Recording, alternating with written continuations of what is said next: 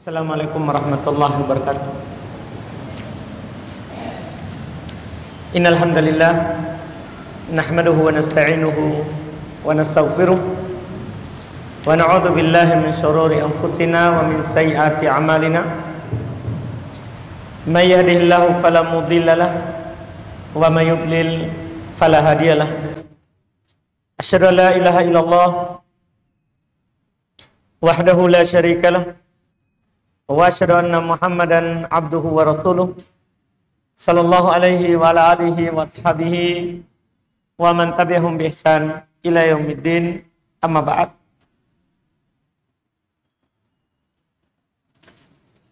Kaum muslimin jamaah salat maghrib rahimani wa rahimakumullah. Alhamdulillah, kita masih melanjutkan kajian kitab Bulughul Maram karya Imam Al-Hafidh Ibn Hajar Al-Asqalani rahimahullahu ta'ala. Kita masih di bab sifat shalah, bab sifat salat, dan masih di hadits pertama yang beliau sebutkan. Itu beliau sebutkan hadits bahwa Nabi SAW bersabda, kalau kamu berdiri sholat, maka sempurnakanlah dulu wudhu, kemudian kamu hadap kiblat, setelah itu kamu bertakbir. Ini yang kita bahas sebelumnya, kamu bertakbir. Setelah itu thumma qra' ma tayassara ma'aka minal Qur'an. Setelah kamu bertakbir, kamu baca apa yang mudah bagimu dari Al-Quran. Ini nanti kita akan bahas.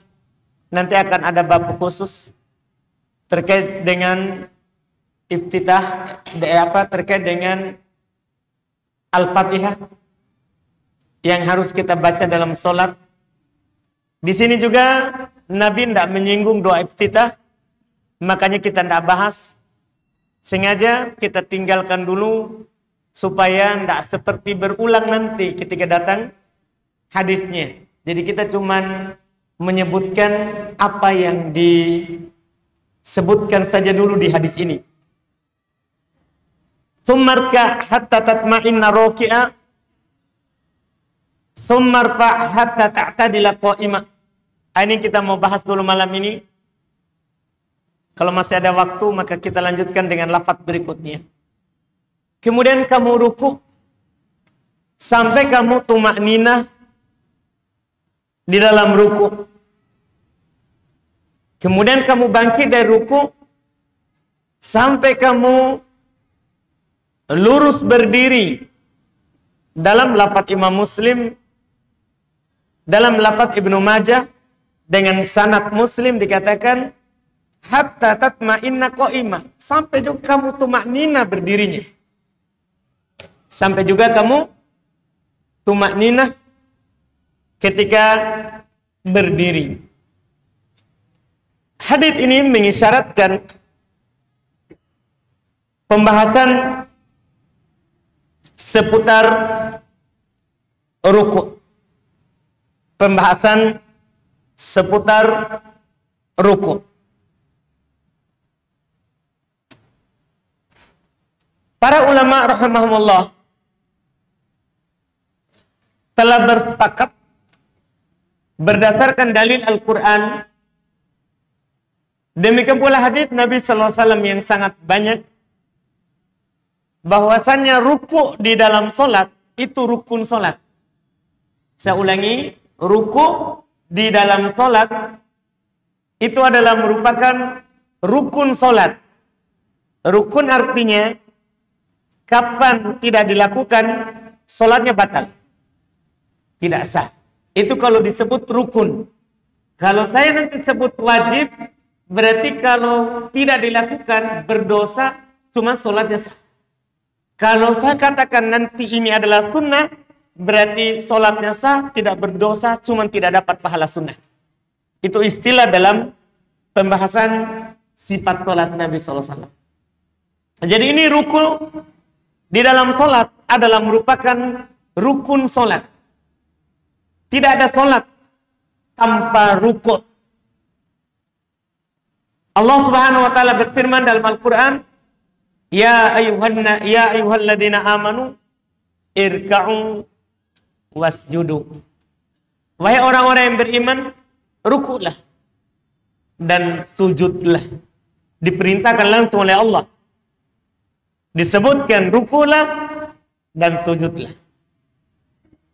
Adapun dalil hadis, maka apa yang kita baca tadi, Nabi katakan kalau kamu sholat, sempurnakan wudu, kemudian kamu hadap kiblat, kemudian kamu takbir, kemudian kamu baca yang mudah dari Al-Quran, kemudian kamu ruku. Kemudian kamu ruku. Itu perintah dari Nabi kita Muhammad SAW. Dan telah dinukil kesepakatan oleh banyak ulama madhab. Di antaranya adalah Al-Imam An-Nawawi, Al-Imam Ibn Qudamah, Al-Imam Ibn Abdul Bar. Ini 3 ulama madhab yang berbeda. Kalau Imam Ibn Qudamah, beliau Hambali. Imam Nawawi, beliau Syafi'i. Imam Ibn Abdul Bar, beliau adalah Maliki. Ini semua ini menukil bahwa ruku dalam solat itu rukun. Tidak ada silang pendapat. Demikian pula tumakninah ketika kita ruku. Tumakninah itu kita ruku, Allahu Akbar, kita tenang sejenak, sekadar 1 kali baca doa ruku. Kita tenang persendiannya ketika ruku, kita baca Subhana Rabbiyal Azim. Itu namanya tumanina. Iya. Sampai semuanya nanti kita akan jelaskan ya. Kita belum bahas bagaimana cara ruku. Ini baru hukum ruku. Nanti cara ruku akan datang nanti hadisnya. Insya Allah kita akhirkan. Sekarang ini kita bahas dulu apa hukum ruku dalam sholat.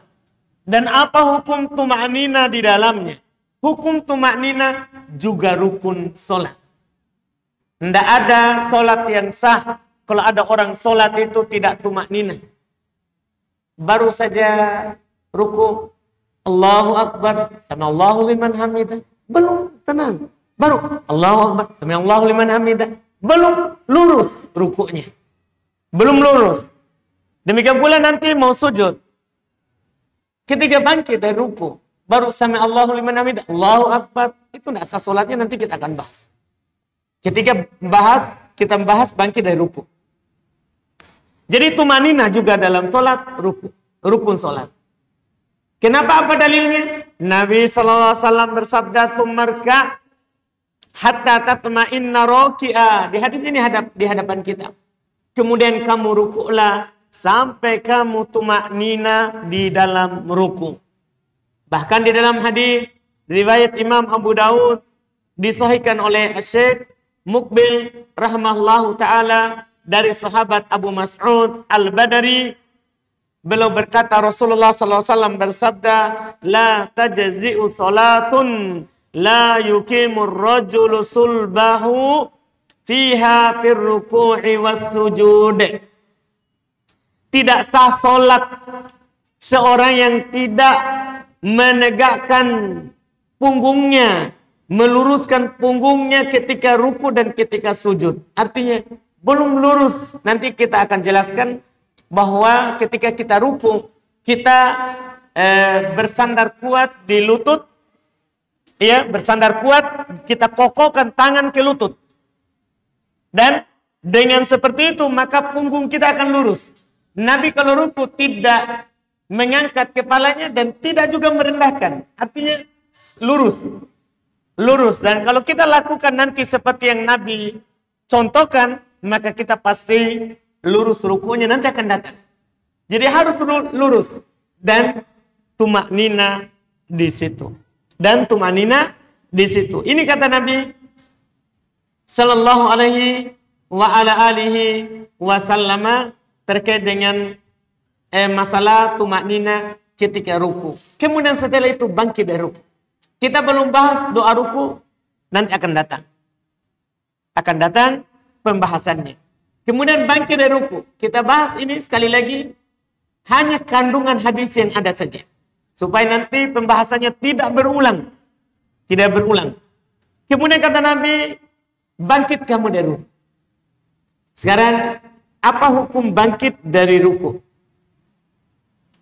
Para ulama rahimahumullah juga menjelaskan bahwa bangkit dari ruku ketika sholat, itu rukun sholat.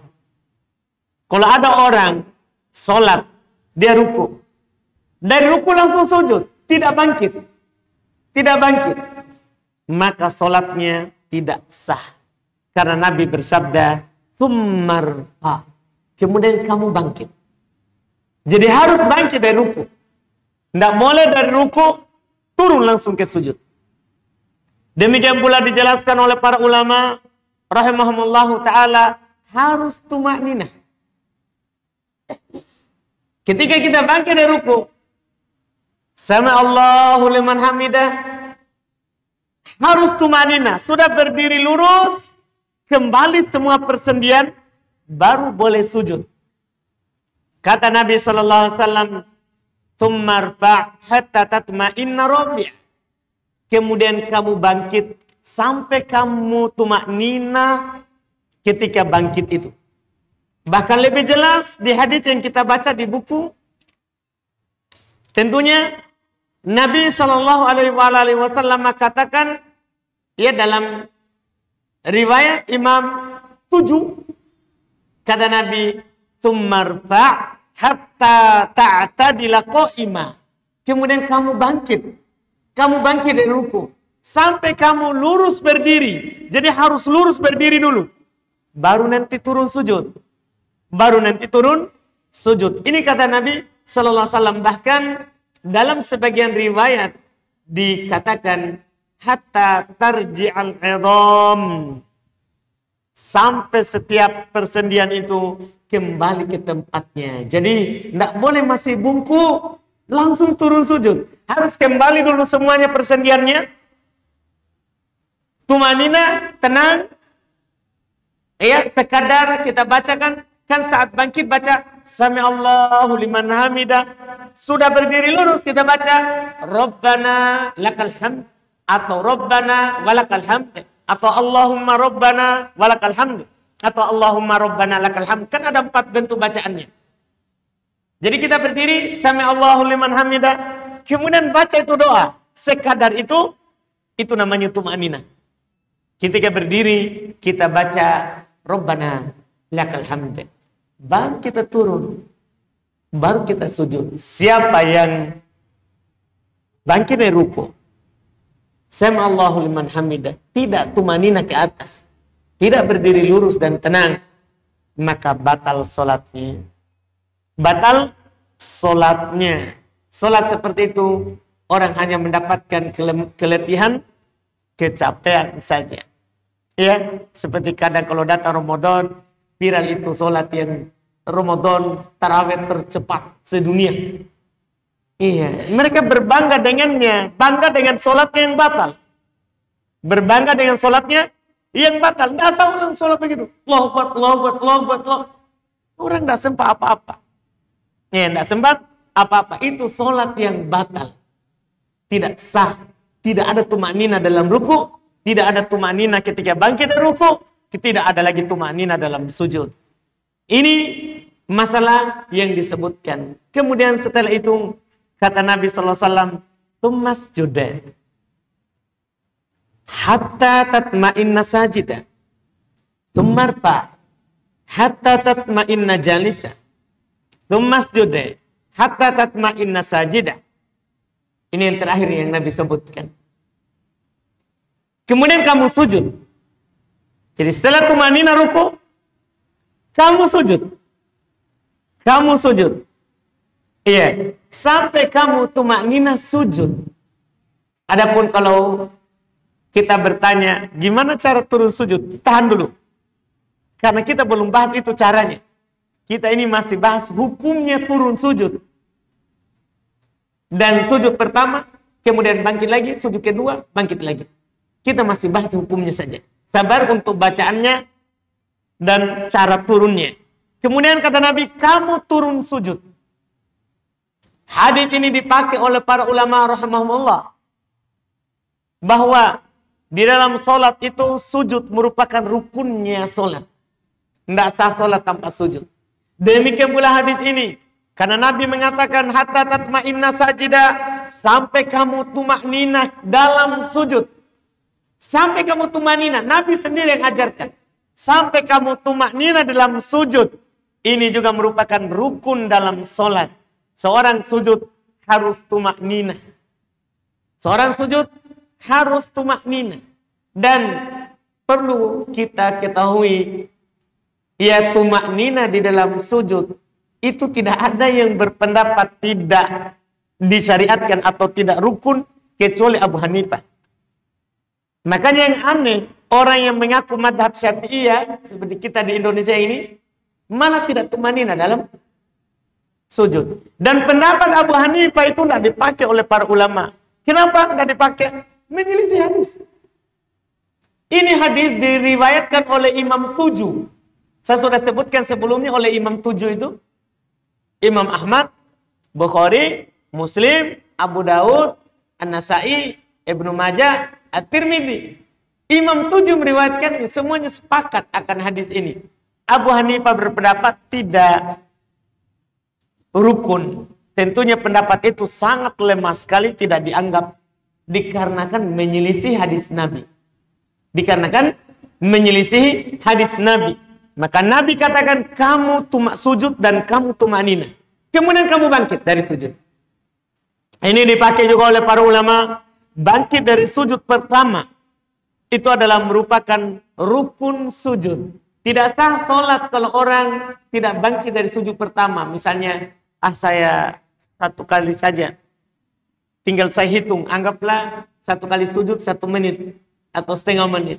Berarti saya tinggal kasih genap saja 2 menit. Berarti kan seperti 2. Tidak perlu bangkit. Bangkit sekali saja. Capek kalau bangkit, turun lagi, bangkit lagi.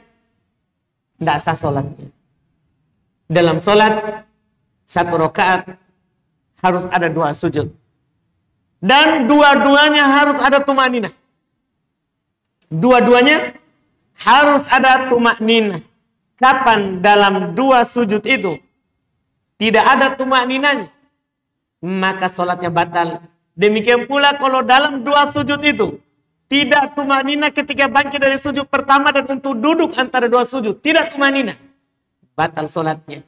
Dan sekali lagi saya ingatkan bahwa kadar tumakninah ketika kita duduk antara 2 sujud itu sekadar kita baca Rabbik firli sekali. Kita bangkit, Allahu Akbar, duduk, Rabbik firli, baru Allahu Akbar. Itu sudah tumakninah namanya. Itu sudah tumakninah. Itu kadarnya. Itu kadarnya.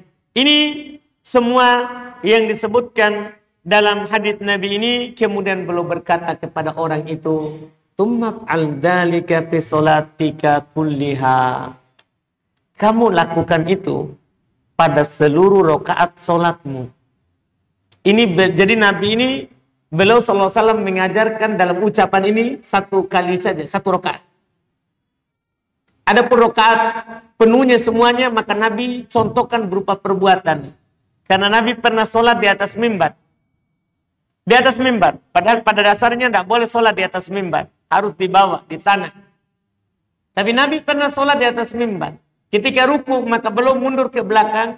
Ruku di bawah dan sujud di bawah. Setelah selesai sholat, Nabi SAW katakan, ini saya lakukan karena supaya kalian melihat saya sholat. Supaya kalian belajar dari saya sholat. Makanya Nabi SAW katakan, Sallu kama ra'aitumuni usolli. Sholatlah seperti kalian melihat saya sholat. Nah, ini Nabi ajarkan ini cuma 1 rakaat.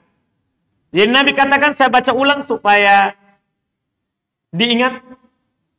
Nabi katakan kepada orang yang salah sholatnya, idza kumta ila shalah fa'asbigil wudu. Kalau kamu mau berdiri untuk melakukan sholat, sempurnakan wudumu. 1 poin. Sumastaqbilil kiblah. Kemudian kamu hadap kiblat. Kedua yang Nabi sebutkan. Fakabbir.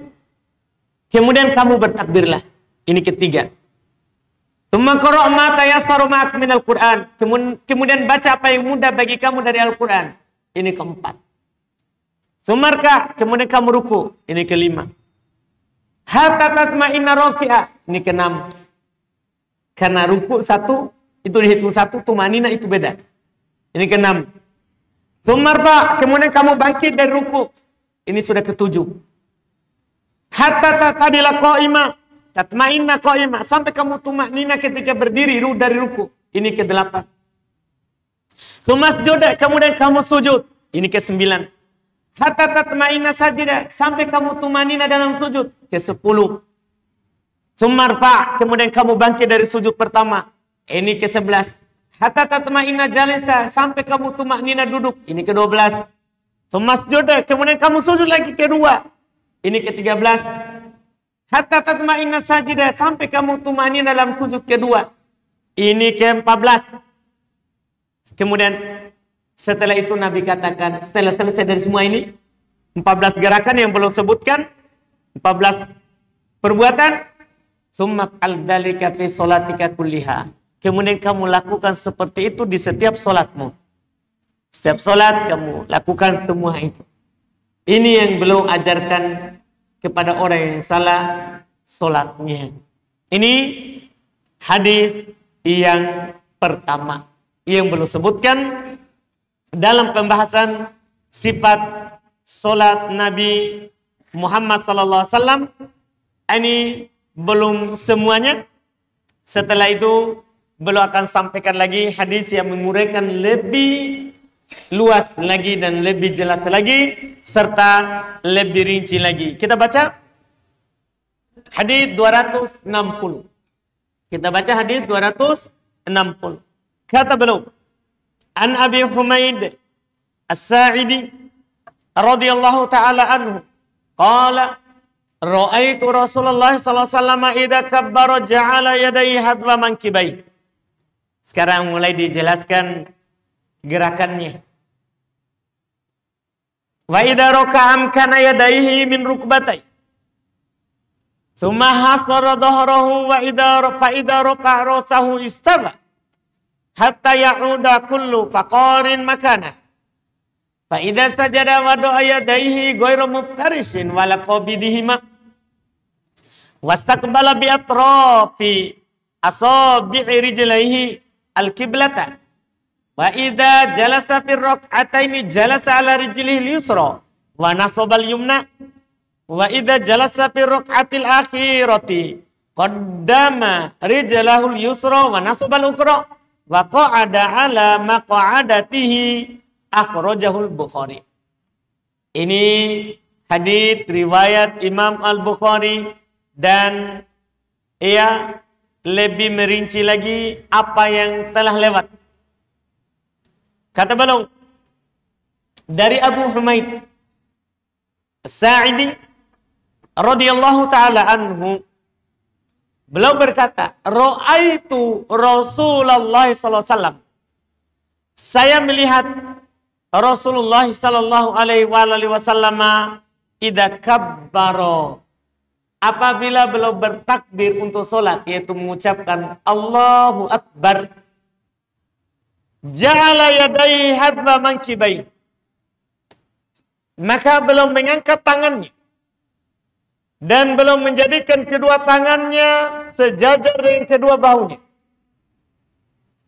Ini ada dua pembahasan di sini. Pembahasan pertama mengangkat tangan.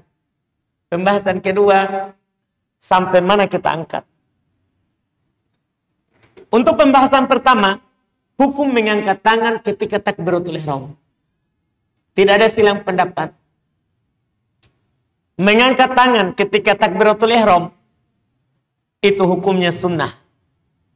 Saya ulangi, mengangkat tangan ketika takbiratul ihram hukumnya adalah apa? Sunnah. Artinya kalau ada orang sholat cuman Allahu Akbar, tidak angkat tangan, dia langsung Allahu Akbar, tidak angkat tangan. Ya, langsung simpan tangan kanan di atas tangan kiri. Tidak angkat. Sah sholatnya, tidak berdosa, cuman dia tidak dapat pahala sunnah. Kan kita butuh pahala sunnah. Karena mencontoh Nabi SAW. Nabi SAW ketika beliau sholat, maka beliau angkat tangan.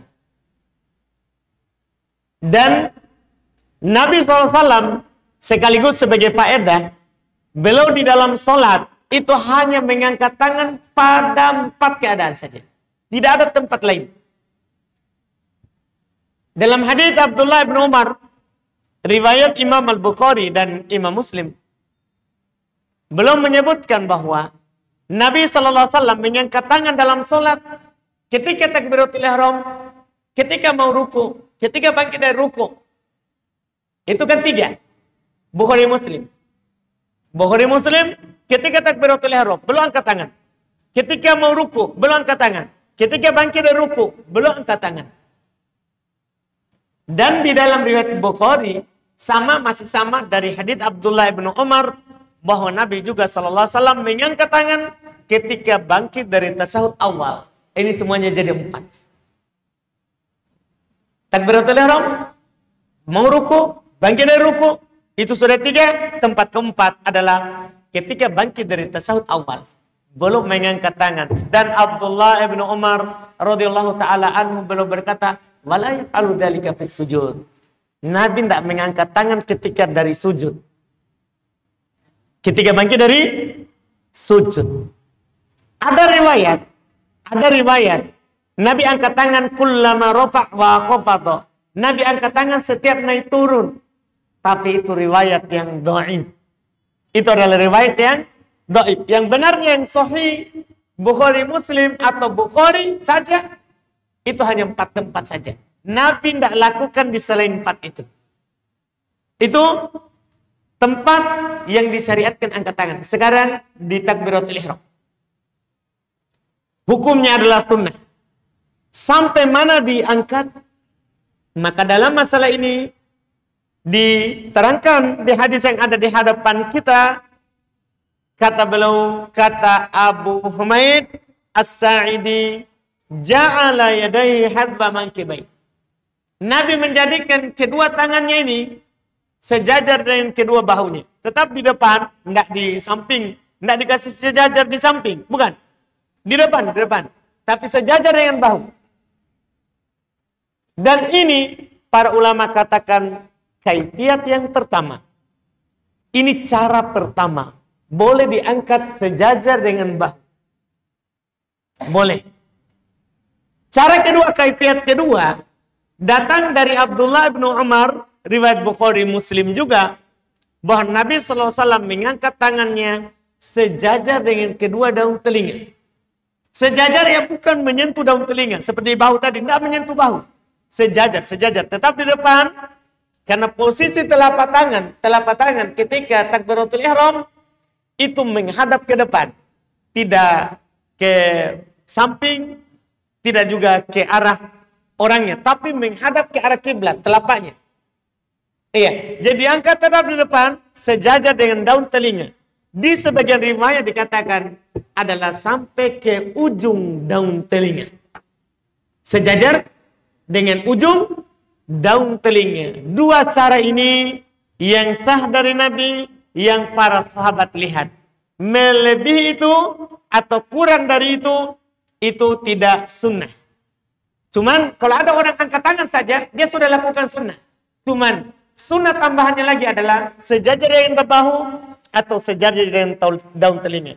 Kalau ada orang mengangkat tidak sejajar sampai bahu, maka dapat pahala angkat tapi tidak dapat pahala sejajar. Itu yang disebutkan. Atau ada orang lebih, itu melewati sunnah. Kan ada orang angkat tangan sampai lebih dari telinga. Iya, karena panjang, dia dalami sekali takbirnya. Allah, sampai ke atas. Itu menyelisih sunnah. Sunnahnya adalah paling tinggi daun telinga.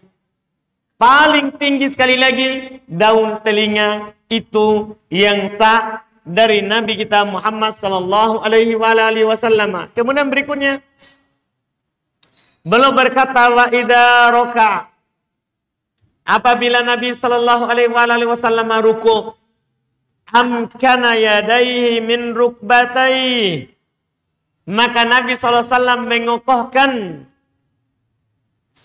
kedua tangannya di lututnya. Di sebagian riwayat Nabi SAW dikatakan oleh para sahabat bahwa Nabi meletakkan telapak tangannya ini wada'a rahatai ala rukbatai. Nabi SAW meletakkan telapak tangannya ini di lututnya. Di lututnya. Jadi ini pas di lutut. Ini telapak tangan. Tidak di paha, tidak di bawahnya lutut, di betis. Karena sebagian orang kadang kelewatan, dia ke bawah. Iya, akhirnya nanti punggungnya tidak lurus, punggungnya akan bengkok ke bawah, kepalanya menurun. Di sini enggak. Dia letakkan ini kedua telapak tangan pas di lutut. Pas di lutut. Telapak kanan di lutut kanan, telapak kiri di lutut kiri. Pas. Dan amkana, sunnah ditekan. Sunnah kita menekan lututnya. Kenapa? Supaya siku, kan ini tangan pas sikunya.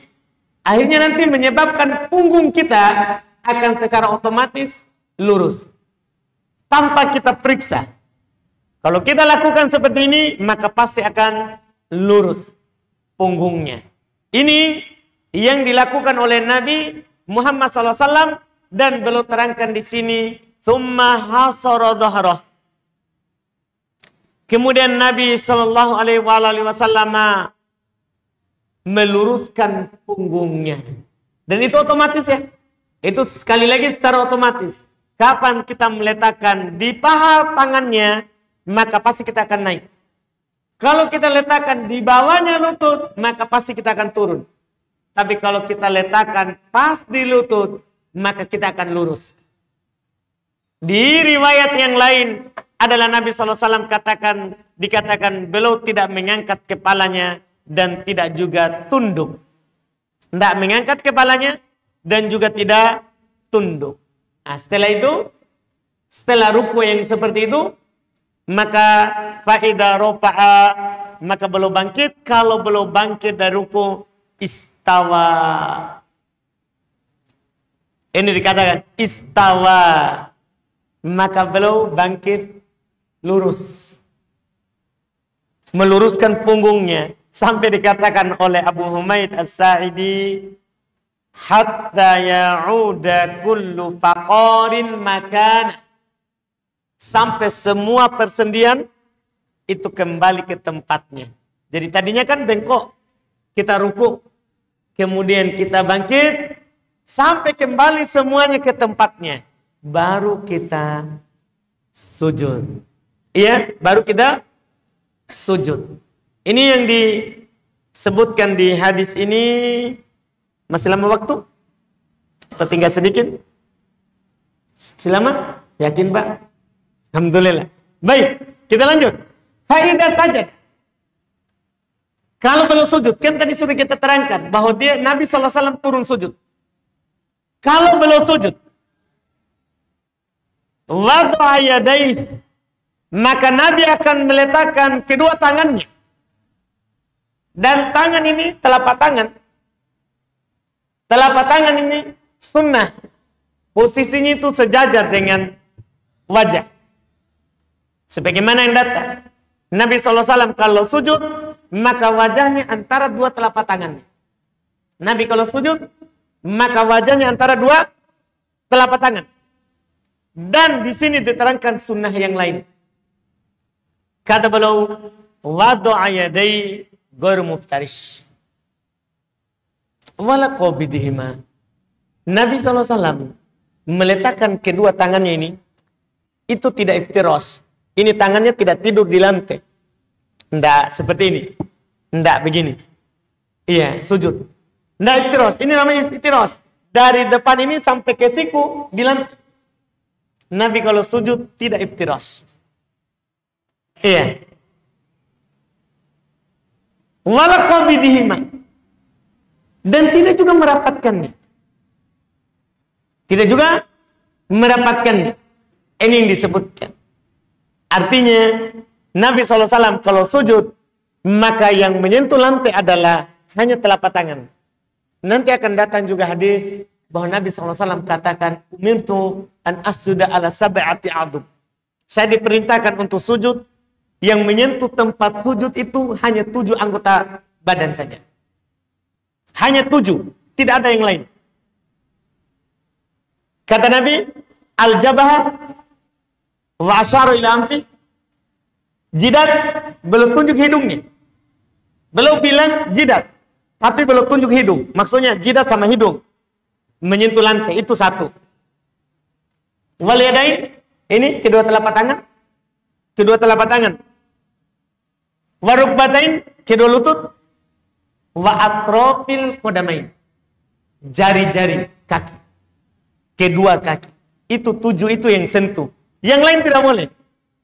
Tidak boleh. Bahkan mengangkat ini siku ketika sujud tidak kena lantai.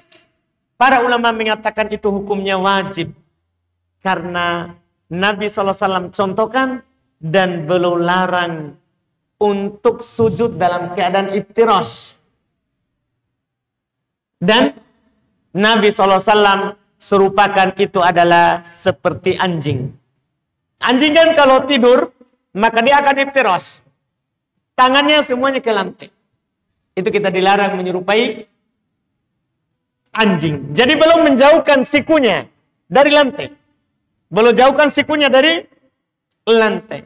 Kemudian belum juga tidak rapatkan. Nah, ini masalah tidak rapatkan ini maksudnya belum membuat sayap ya ke kanan dan ke kiri. Cuman ini ketika kita sholat sendiri, sholat sunnah. Ketika kita sholat sunnah, sunnah ketika ini siku diangkat tidak di lantai, sunnah kita renggangkan ke kanan siku kanan, ke kiri siku kiri. Nabi SAW dilihat sampai dilihat putih ketiak beliau. Karena belum membuat sayap. Membuat sayap ketika sholat. Jadi sikunya diangkat dan sunnah dilebarkan. Sunnah dilebarkan. Ini kalau kita sholat sendiri. Adapun sholat berjamaah, karena itu akan mengganggu saudara kita samping kanan dan kiri, maka sunnahnya adalah cuma menjauhkan siku dari lantai. Menjauhkan siku dari lantai. Wastaqbala bi atrafi asabi'i rijlaihil qiblah. Dan Nabi SAW menghadapkan jari-jari kakinya ke arah kiblat. Ini langsung menjelaskan cara sujud di bagian belakang. Kaki ketika kita sujud, dalam riwayat lain bahwa Nabi SAW anjurkan untuk menekan kaki di belakang. Jadi kaki itu kita sujud, kita tekan.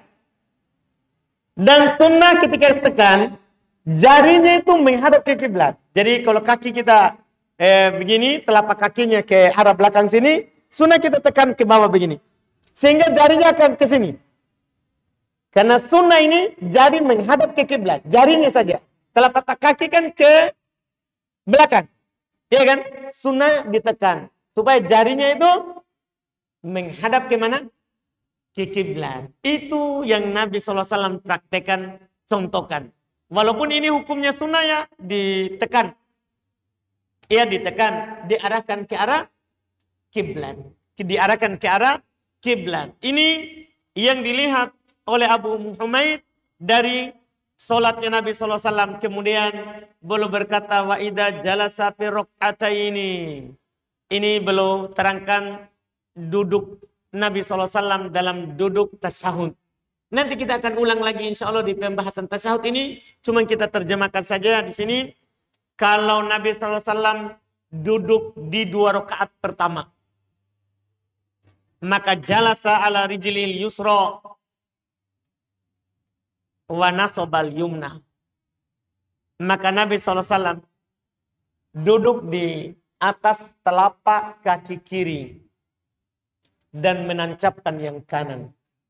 Ini yang dikenal dengan duduk iftirash.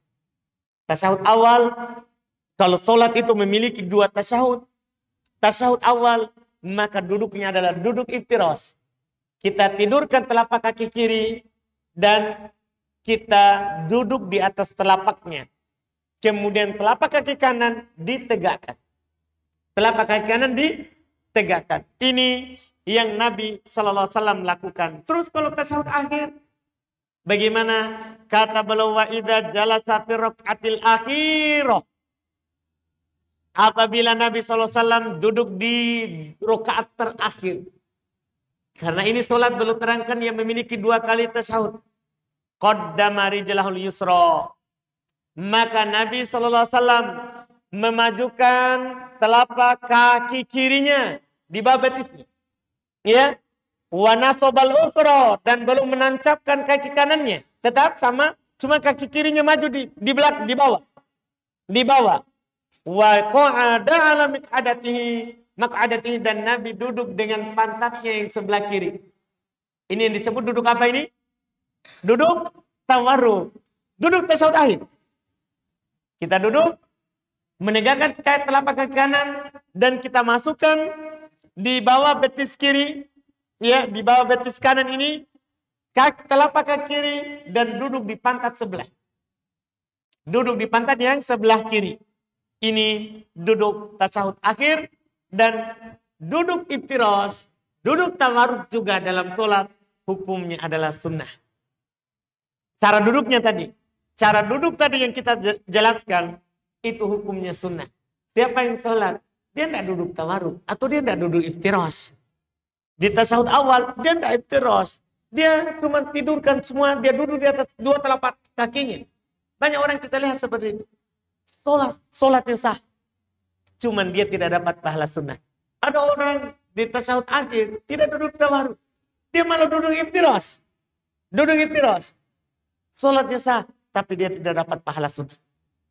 Karena hukum cara duduk yang diterangkan ini semuanya adalah sunnah.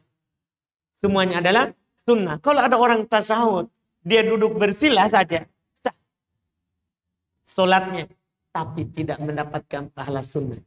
Tapi tidak mendapatkan pahala sunnah. Ini kata beliau, akhrajahul Bukhari, hadis riwayat Imam Al-Bukhari rahimahullahu ta'ala.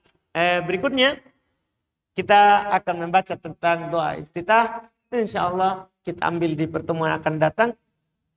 Kita cukupkan dulu dengan apa yang kita telah baca tadi.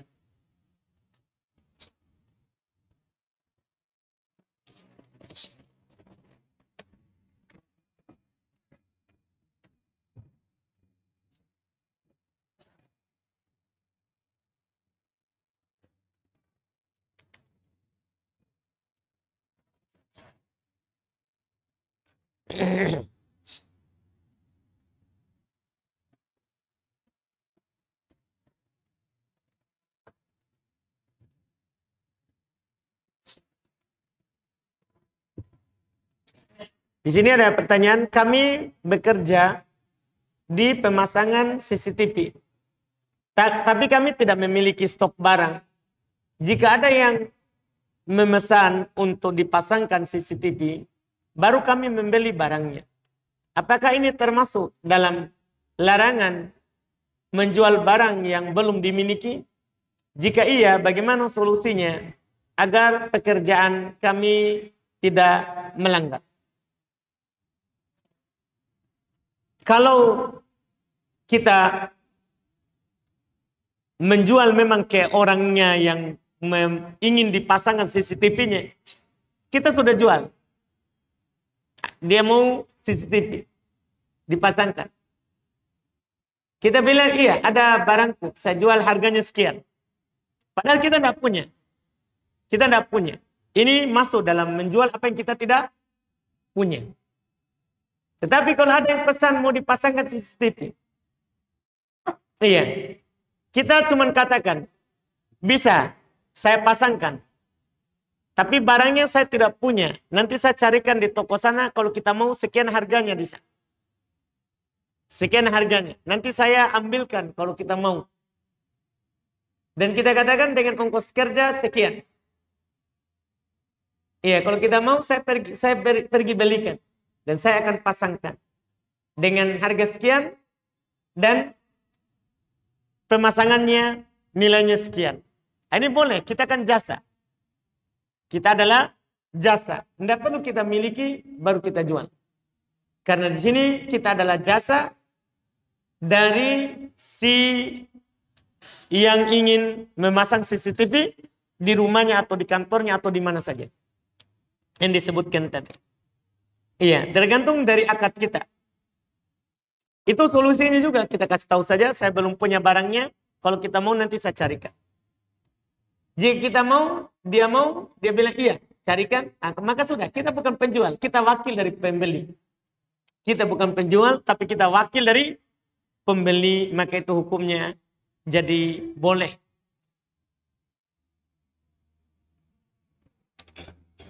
Bagaimana hukum memasang CCTV di bank atau di lembaga-lembaga riba yang lainnya? Iya. Tidak apa-apa, wallahualam.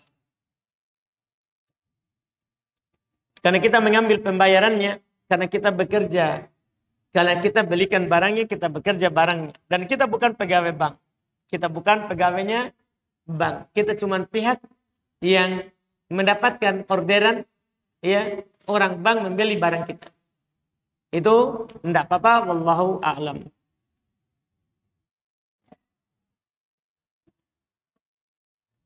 Saat saya punya mertua yang sudah meninggal baru-baru ini.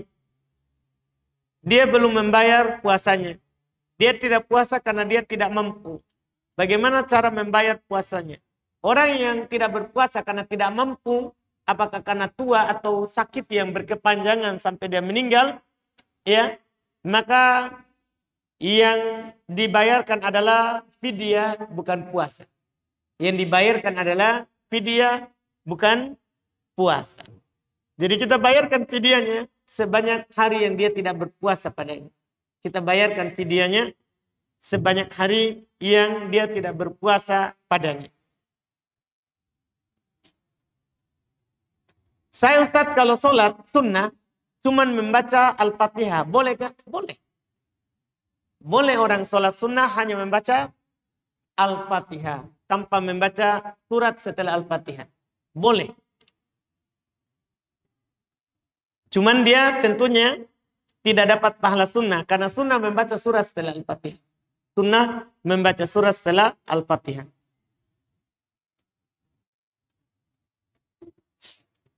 Apakah boleh kita bersolawat kepada Nabi ketika pas berkhutbah?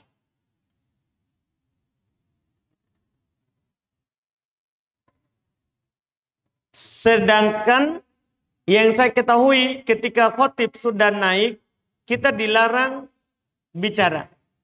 Iya. Ada pembahasan di kalangan para ulama rahimahumullah ta'ala tentang hal tersebut. Tentang hal tersebut. Karena memang ada dua hadis seperti bertentangan. Satu, ada hadis bahwa siapa yang disebut namaku, kemudian dia tidak bersalawat, maka dia orang kikir.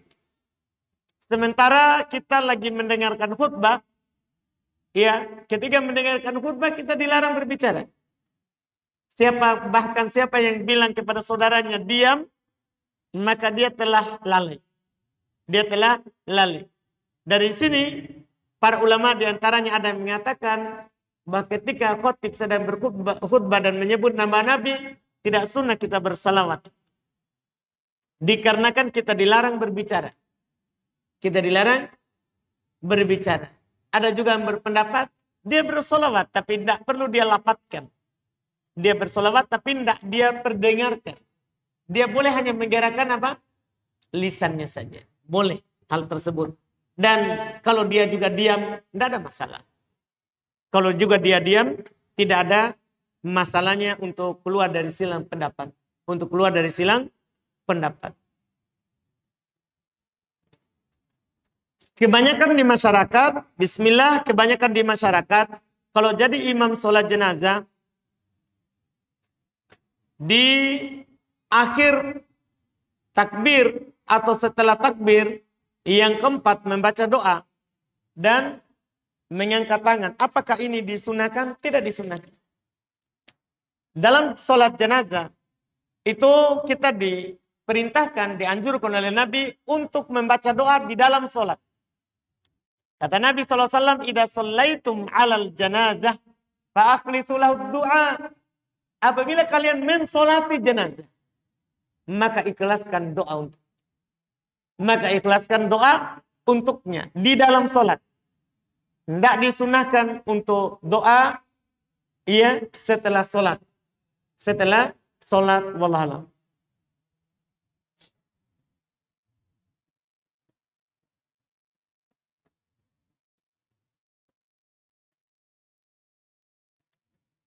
Apa hukumnya memberi empatik kepada anak bayi yang dimana orang tuanya non-muslim, namun orang tuanya masuk jeruji besi? Nih, enggak ada masalah. Nih, kita beri kebaikan padanya karena dia manusia. Karena dia manusia, bukan karena agamanya. Boleh, enggak ada masalah karena dia manusia. Nabi SAW menjenguk orang Yahudi yang sakit, yang anak-anak. Beliau jenguk. Dan beliau tawarkan Islam. Beliau tawarkan Islam. Siapa tahu dengan kita berbuat baik kepadanya, dia bisa tertarik pada Islam.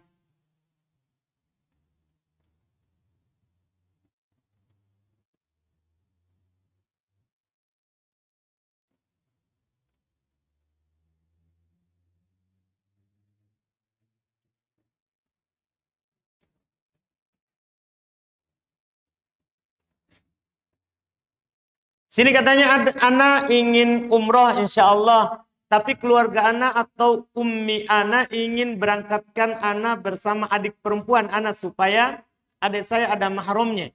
Lalu travel tersebut tidak sesuai sunnah, Ustaz.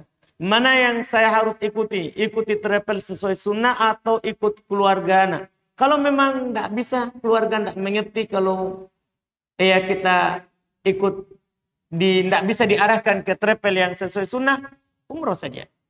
Di travel itu tidak ada masalah. Sah kita umrohnya, yang penting kita lakukan tawaf, sa'i, cukur, itu kan sudah sah umroh.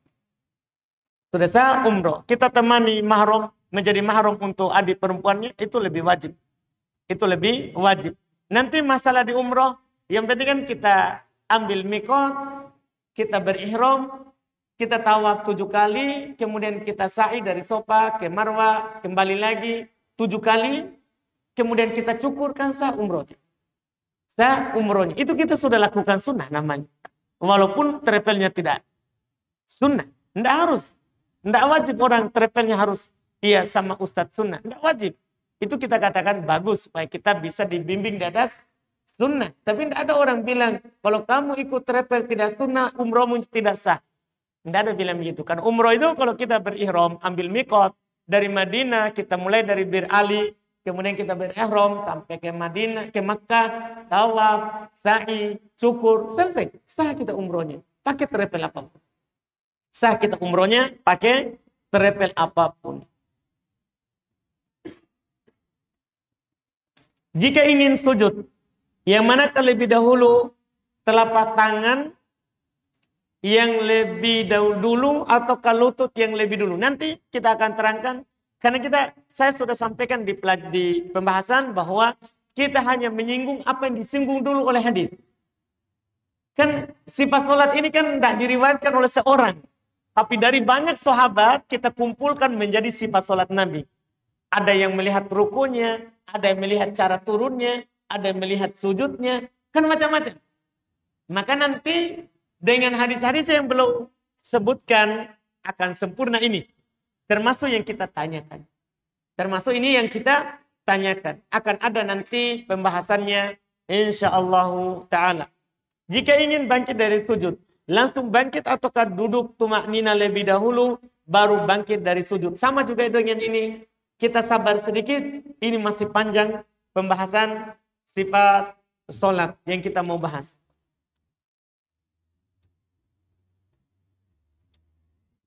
Apa Ustaz? Anak akhwat yang bekerja di laundry. Bolehkah membaca Al-Quran di sela-sela kesibukan? Maksudnya sebentar meninggalkannya. Sebentar membaca Al-Quran. Lagi. Apakah boleh seperti itu? Boleh saja. Tidak ada masalah. Ya, Aisyah radhiyallahu taala anha beliau berkata, "Kana Nabi sallallahu alaihi wasallam yadhkurullaha fi kulli ahyani." Adalah Nabi SAW berzikir kepada Allah di setiap keadaannya.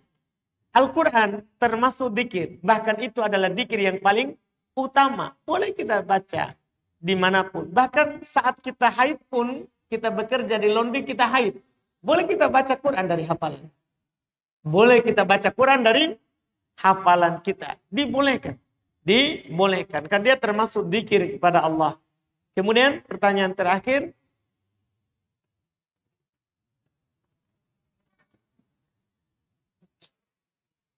Apakah boleh saat imam telah salam, tetapi kami masih membaca doa? Kalau imam salam, sunnahnya langsung salam. Iya, tidak boleh kita menyelisih imam karena membaca doa. Berdoa di tasyahud akhir sunnah, tapi jangan menyelisih yang wajib. Kan mengikuti imam wajib. Jadi kalau ada pertentangan antara sunnah dan wajib, dahulukan yang wajib, tinggalkan yang sunnah. Tinggalkan yang sunnah. Ya kan, itu kaidah umum itu. Bahkan kalau ada orang sedang sholat, sunnah. Terus muadzinnya qomat, wajib dia tinggalkan. Dia batalkan sholat sunnahnya dan dia ikut sholat wajib. Dia ikut sholat wajib. Itu yang disebutkan. Kemudian di sini, kami kadang mendapati imam telah ruku sementara kami belum selesai membaca Al-Fatihah. Apa kami selesaikan atau ikut imam? Tergantung. Kalau tidak bisa dikejar dengannya, tidak boleh, kita harus langsung ruku. Nanti tinggal ganti 1 rakaat. Tapi kalau bisa kita selesaikan sebelum imam bangkit, kita tahu bahwa ini imam lama dan kita tinggal sedikit, boleh kita baca, selesaikan, baru ruku ikut imam. Baru ruku ikut imam. Itu wallahu a'lam. Kita cukupkan, alhamdulillah, pertemuan kita di malam hari ini. Semoga bermanfaat. Insya Allah kita lanjut lagi di pertemuan akan datang. Subhanallah, hamdik, asyhadu an la ilaha illa anta, astaghfiruka wa atubu ilaik. Assalamualaikum warahmatullahi wabarakatuh.